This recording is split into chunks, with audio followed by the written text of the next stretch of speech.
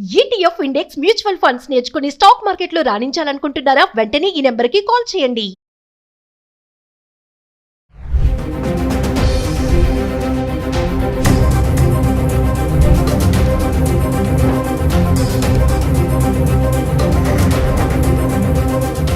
Hello viewers, welcome back to Suman TV. ప్రస్తుతం మనతో పాటు ఉన్నారు 20 ఇయర్స్ నుంచి అమెరికాలో ఉంటున్నటువంటి ఎంఎన్సీ ఎగ్జిక్యూటివ్ వీరభద్ర సార్ గారు. సార్తో మాట్లాడండి. నమస్తే సార్. నమస్తే. సార్, ఇప్పుడు H1B L1 వీసా ఈ వర్క్ పర్మిట్ని అంటే పొడిగించేందుకు ఆటో రెన్యువల్ ప్రాసెస్ అనేది ఒకటి ఉంది కదా. ఆల్రెడీ జో బైడెన్ తీసుకొచ్చారు దాన్ని ఇప్పుడు రద్దు చేస్తారు ట్రంప్ అనేది ఒక వార్త అయితే వినిపిస్తుంది.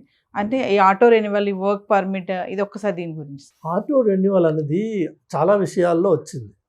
ఎందుకు అంటే మీకు కోవిడ్ టైంలో చాలామంది రిమోట్ వర్క్ చేయడము, ప్రొడక్టివిటీ తగ్గిపోవడం వల్ల ఈ ఇమిగ్రేషన్ ఆఫీసర్స్ కానీ various other officers related to immigration ఏవైతే ఉన్నాయో వాటిలో విపరీతమైన బ్యాక్లాగ్స్ వచ్చేసాయి. సో దాంతో ఇంతకుముందు ఏదైతే ఒక ప్రాసెస్, ఒక అప్లికేషన్ 90 డేస్లో అయిపోవాలో అది 90 డేస్లో అవ్వట్లా. It's taking more time.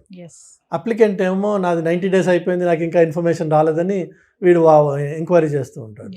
దాంతో వాళ్ళు ఏం చేశారంటే ఫర్ సర్టెన్ కేటగిరీస్ నీకు ఆటోమేటిక్గా రెన్యూ అయిపోతుంది. ఆటోమేటిక్గా consider it is extended.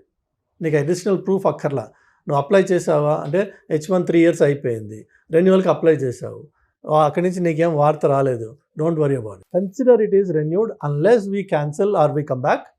Consider it is renewed or it is extended for another period of 1 year. ఎందుకంటే అక్కడ బ్యాక్లాగ్ అంత ఉన్నదన్నమాట. అదే అంటే అమెరికాలో ఎలా ఉంటుందంటే ప్రతి పనికి దెర్ ఇస్ అ SLAs ఉంటాయండి, standard expectation of when you will here back. అంత ప్రాసెస్ ఓరియంటెడ్ కంట్రీ అది.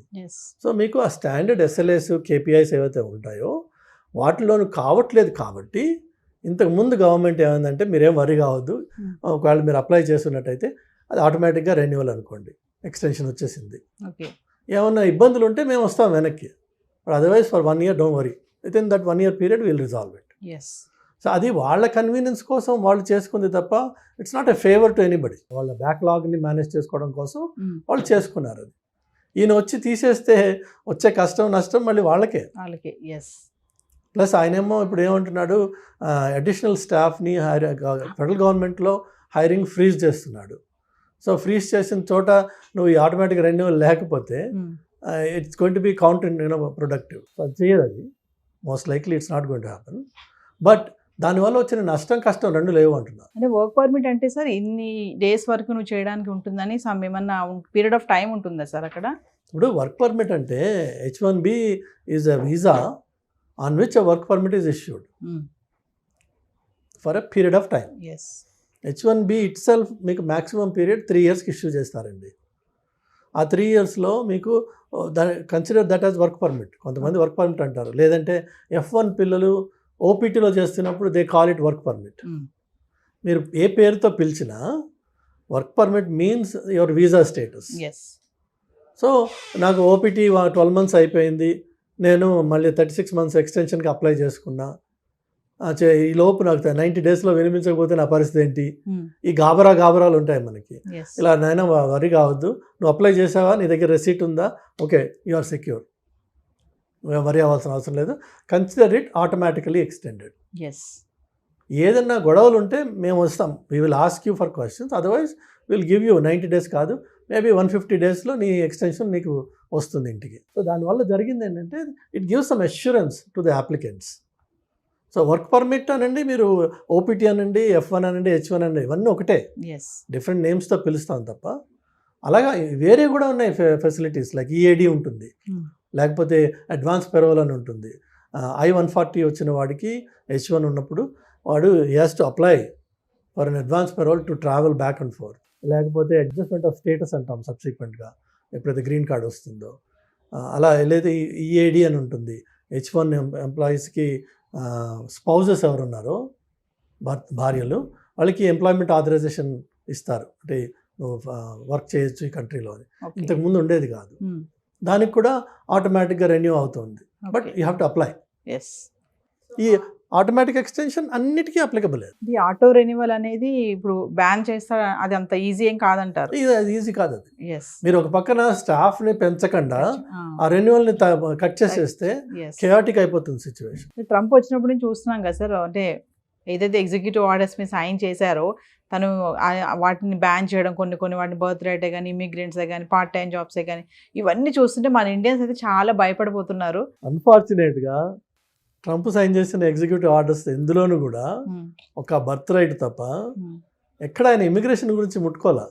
మీకు అదే చెప్తున్నా, ఇప్పటిదాకా ఇంకా హి hasn't come to this topic. అదే మరి స్టార్టింగ్ నుంచే ఇల్లీగల్ ఇమిగ్రెంట్స్ పైన ఉక్కుపాదం ఉంది ట్రంప్కి అని అంటున్నారు కదా, ఎప్పటికైనా వాళ్ళని పంపించేస్తారు తిరిగి. Illegal is illegal. ఎందుకు దాంట్లో మీకున్న ఏ హక్కు ఉందని చెప్పి మీరు నేను ఇక్కడ ఇల్లీగల్గానే ఉన్నాను నాకు ఇక్కడ ఉండని అని చెప్పి ఏ హక్కుతో అడుగుతారు మీరు? So illegal is illegal. All he is doing is enforcing the laws. మీరు ఒకవేళ వాళ్ళని అడిగితే కూడా కాంగ్రెస్ వీళ్ళని అంత ఈజీగా వదిలేసేది అందరినీ. కాంగ్రెస్ ఉంది, ప్రెస్ ఉంది, దే క్వశ్చన్ దెమ్. ప్రాబ్లం ఏంటంటే as an illegal immigrant in the country you have no rights. So ఒక రైడ్లో పట్టుకుని, లేదా ఒక ట్రాఫిక్ స్టాప్లో పట్టుకుని, లేదా ఒక వర్క్ ప్లేస్లో పట్టుకుని వాడిని పంపించేస్తే నీకు ఎలాంటి హక్కు లేదు. కాబట్టి you cannot defend your self and nobody else can come to your defence. అంటే ట్రంప్ చేసేది అంతా కరెక్టే, తప్పంతా మన వాళ్ళదే అంటారు. మన వాళ్ళు అందరూ ఉన్నారు, మన వాళ్ళే ఇల్లీగల్ ఎందుకు? మనం అది భుజాలు తట్టుకోవద్దు మనం. కానీ మన వాళ్ళు కూడా మంచి సంఖ్యలో ఉన్నారు. కాబట్టి ఈ birth right citizenship is one topic అండి. అంటే చాలా మటుకు ఎక్కడెక్కడైతే మీకు లాస్ ఉంటాయో లా బ్రేకర్స్ ఉంటారు. Plain and simple. 8th మంత్లోను 7th మంత్లోను క్యాజువల్గా అమెరికాకి టూర్కి వెళ్ళి, ట్రావెల్కి వెళ్ళి 2 నెలలు ఉండి అక్కడ ఒక పిల్లాన్ని డెలివర్ చేస్తే వాడు ఆటోమేటిక్గా అమెరికన్ సిటిజన్ అయిపోయాడు.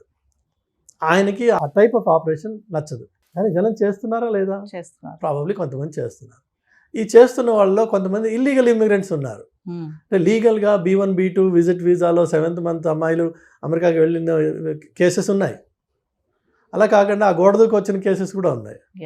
ఆయన అనేది ఏంటంటే నీ పేరెంటే గోడదూకి వచ్చాడు దొంగగా, అలాంటి వాడి పిల్లాడికి నువ్వు సిటిజన్షిప్ ఎట్లా ఇస్తావు? అది మోరల్గా చూస్తే, లాజికల్గా చూస్తే అది కరెక్టే అనిపిస్తుంది. కానీ అమెరికన్ కాన్స్టిట్యూషన్లో దట్ రైట్ ఈజ్ ఎన్ష్రైన్డ్. దాన్ని మార్చాలి అంటే అది పెద్ద భూతం. దాన్ని మీరు అంత ఈజీగా మూవ్ చేయలేరు. దాని వెనక కోర్ట్స్ సపోర్ట్ ఉంది, మీకు లా సపోర్ట్ ఉంది. సో బర్త్ రైట్ సిటిజన్షిప్ పక్కన పెట్టండి. H1B L1 ఈ విషయాల్లో ఆయన ఇప్పటిదాకా ఏమి టచ్ చేయలేదు. సో దాన్ని పక్కన పెట్టండి. F1 స్టూడెంట్స్ ఎవరైతే వచ్చారో వాళ్ళు వర్క్ చేయకూడదు. That the law. ఓన్లీ చదువుకోవడానికి వచ్చావు, నువ్వు చదువుకో. నీకు ఒకవేళ వీలైతే క్యాంపస్లో అవకాశం ఉంటే 20 గంటలు మ్యాక్సిమం వర్క్ చేసే అవకాశం ఉంటుంది. ఏదో లైబ్రరీలో కానీ, లేదంటే టీచింగ్ అసిస్టెంట్గా కానీ అవకాశం ఉంటుంది. అది చేసుకో, make that additional money. But you are a student, be a student. ఇవి ప్లెయిన్ ఓల్డ్ సేమ్ థింగ్స్, ఏది మారలా.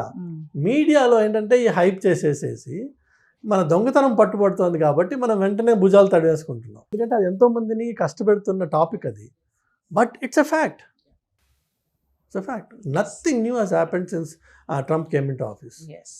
It's just that he's enforcing the laws much more vigorously than anybody else has done in the past. అంటే ఉన్న rules ఇవన్నీ కాకపోతే కొంచెం strict చేస్తున్నారు అని అనుకోవచ్చు అంటారు. అన్నీ ఉన్నవే, కొత్తది ఏమి రాలా. ఇంకా వస్తుంది, ముందుంది ముసలి పండుగ, ఎప్పుడే లేదు. Thank you.